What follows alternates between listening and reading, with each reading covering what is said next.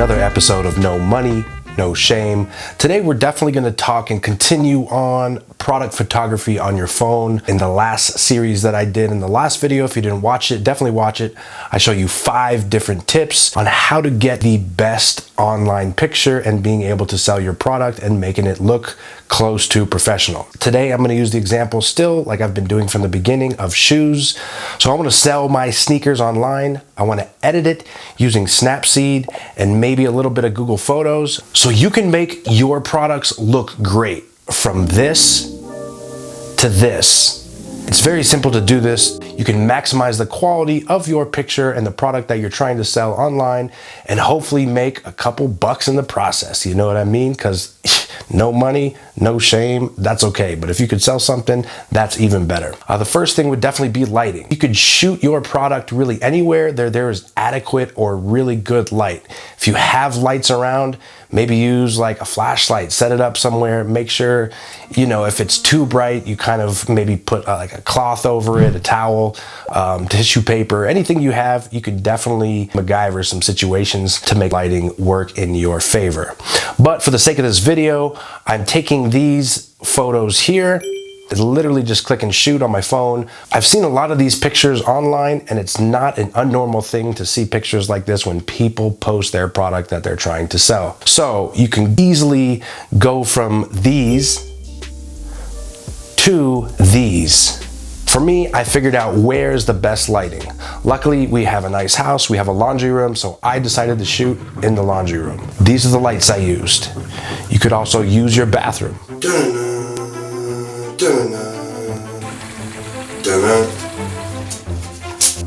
You could also use your kitchen.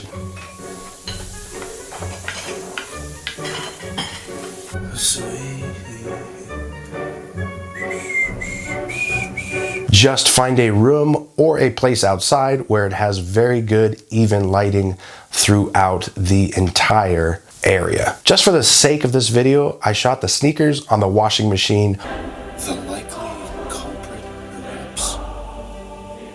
Both before and after, so you can see the difference here. The first step I did in my laundry room shooting is making sure that the space was clean. There was nothing in the background. There's no soap. There's no extra scented blast. There's none of that downy. You don't got dryer sheets hanging out of the freaking cupboards and whatnot. But definitely make sure the area was clean.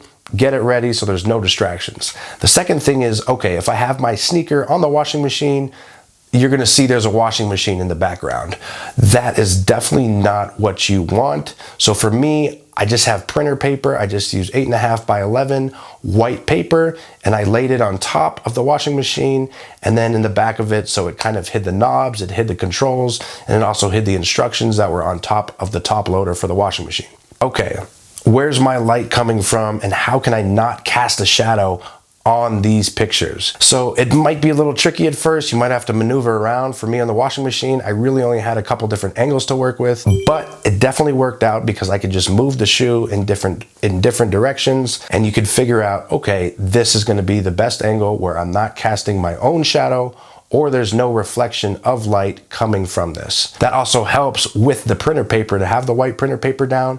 It gives it a clean background. It's easier to edit later in post, which we'll do in Snapseed, and it definitely makes reflections non-existent, I would say, for the most part, because it's not a shiny surface. It's not gonna reflect light back into your image. For shoes, sneakers, really any product, I mean, you always want to see the full product, the condition of what it is.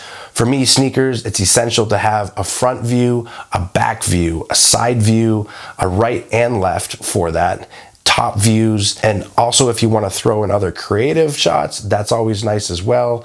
And last but not least, definitely the heel and the bottom of the shoe so you can see the wear and tear of it. Most of the sneakers that are being sold online are new, but I've also seen older ones that are pretty worn down where it's like, all right, man, I could have gone to Goodwill and just bought used shoes. So I tried to get my phone as close as I could to the shoe with the white Xerox copy paper in the background where there's nothing else in the frame except the paper and the shoe. Even with some shots, I had to zoom out a little bit just so it didn't look too close or my shadow was casting on something, so I had to move out, and you could kind of see in the background some of the wall that was in the background and that, but I'll show you how to take that out later in Snapseed. So we've got the different angles on our sneakers.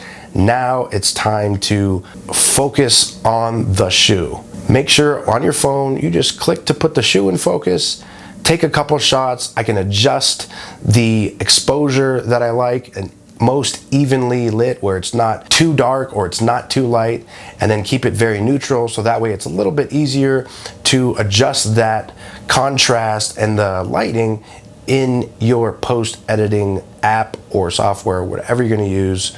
In this case, again, we're going to use Snapseed. You choose the shoes that you would like, and the best thing is I've got all these shots here in my Google Photos, and let's say we want to pick this one right here. So you go in, we've got our front shot. I can adjust the exposure on this for sure. I can definitely adjust the exposure. The brightness, let's go to the contrast. Let's make it, see how it looks. You can adjust the sliders, negative, a little bit, maybe around up here, -18 looks good.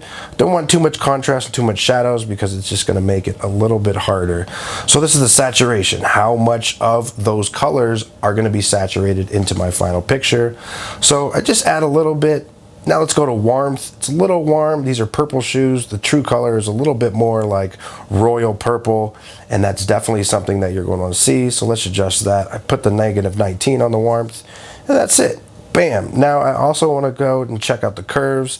This one, the slider might be confusing, but on the bottom left of the graph where I'm adjusting now, this is your adjustments for your shadows and your darkness. So if I move this slider to the right there or up on the left side, that's going to add a little bit more shadow into it. So every time I move above this diagonal line on the bottom left, it's adjusting the shadows. Now I'm doing the highlights. So I'm bringing the highlights up above that line. If I bring it down, it's going to darken the highlight shadows. White balance is always good, especially if you're shooting in a soft light. You can adjust the temperature. Do you want it to be warmer? Do you want it to be cooler? I want it to be a little bit cooler in this situation. So there's a lot of different options for that. Boom. Then you can go into the tools. All these tools are great in Snapseed. I want to rotate it just a little bit to make it a little more central, but I'm not sure if I like that. So let's just put it back the way that it was, because you know what, sometimes you can overdo things. It's very easy to overdo things. Keep it simple. I do make very, very little adjustments from the original, especially with products. So now you can crop the image, crop it the way you like it. So like I said in the last video, that way you can have a cropped image where your actual product that you're selling is in the center of the screen. And boom, that looks good. We've got the same distance between both shoes on the sides. So as you can see here, the Xerox paper on the bottom looks pretty good. There's a little bit of shadow just because I'm not using any other lighting except for the ceiling lights. And we've got and you could mirror it. You could do different things with the angles. This is in the rotation menu. So it's pretty cool to be able to adjust things. And then this also has grids where you can check out how straight your image is with these grids as guidelines. So also now let's check out, we've got our main crop, we've got our main color correction to this. So now let's go into a lens blur. Let's blur the outsides. And as you can see, as you blur this with the blur strength, it's going to darken the outside of the image. It adds these shadows for some reason, but I think with the blur option, it looks nice. It brings focus into the center, but I'm not blurring it too much or not vignetting it because then it just looks, to me, a little bit overly dramatic. Let's also look at the outer brightness of this. So now it's at -50, which means those are the lighter things. You can bring that up and make the outer brightness of the lens blur, the vignette, a little bit whiter. So now the vignette is whiter and it's not darker, which is perfect for what we're shooting because we want the surrounding areas on the outside of the sneakers to be white. So went back into the curves. I can bring the highlights up and down. Let's bring it up a little bit, and then let's bring the shadows down just a bit there and find a good place that's pretty close to where it was before. Now we'll go into tune image. Do this again. Brightness, contrast, all these different things. As you can see, I'll do them maybe 2 or 3 times on top of the original tweaks that I did to the tune just to bring in, after my editing and color correction, a little bit more contrast, a little bit more color. As you can see, this already looks better compared to the first one. Boom. Now you can also go into this, which is the brush mode. I chose exposure and turn the exposure all the way up. This way, it's almost like just painting on the areas and bringing up the exposure for those areas that you're painting on, which is gonna bring white around the sides. So for me, I just did a quick one on this. It kind of lightened around the shoes because I didn't zoom in and brush, but definitely make sure you can zoom in and you can brush out some of the highlights that aren't around there. So as you can see already, bam, this looks like it was shot in some sort of studio or you not shooting on a washing machine. Very, very simple things. Different settings you can mess with. Look at this, drama. These are the different filters I'm talking about. I wouldn't recommend doing this unless it's very, very, very slight and very vague, but there are definitely some good things that you can do with that.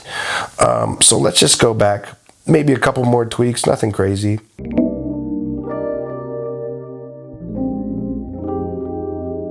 That's really it. You can prepare it, export it, take it out of Snapseed, save it to your drive, send it to somebody. There's a lot of different options, but that's basically how I did the editing on Snapseed.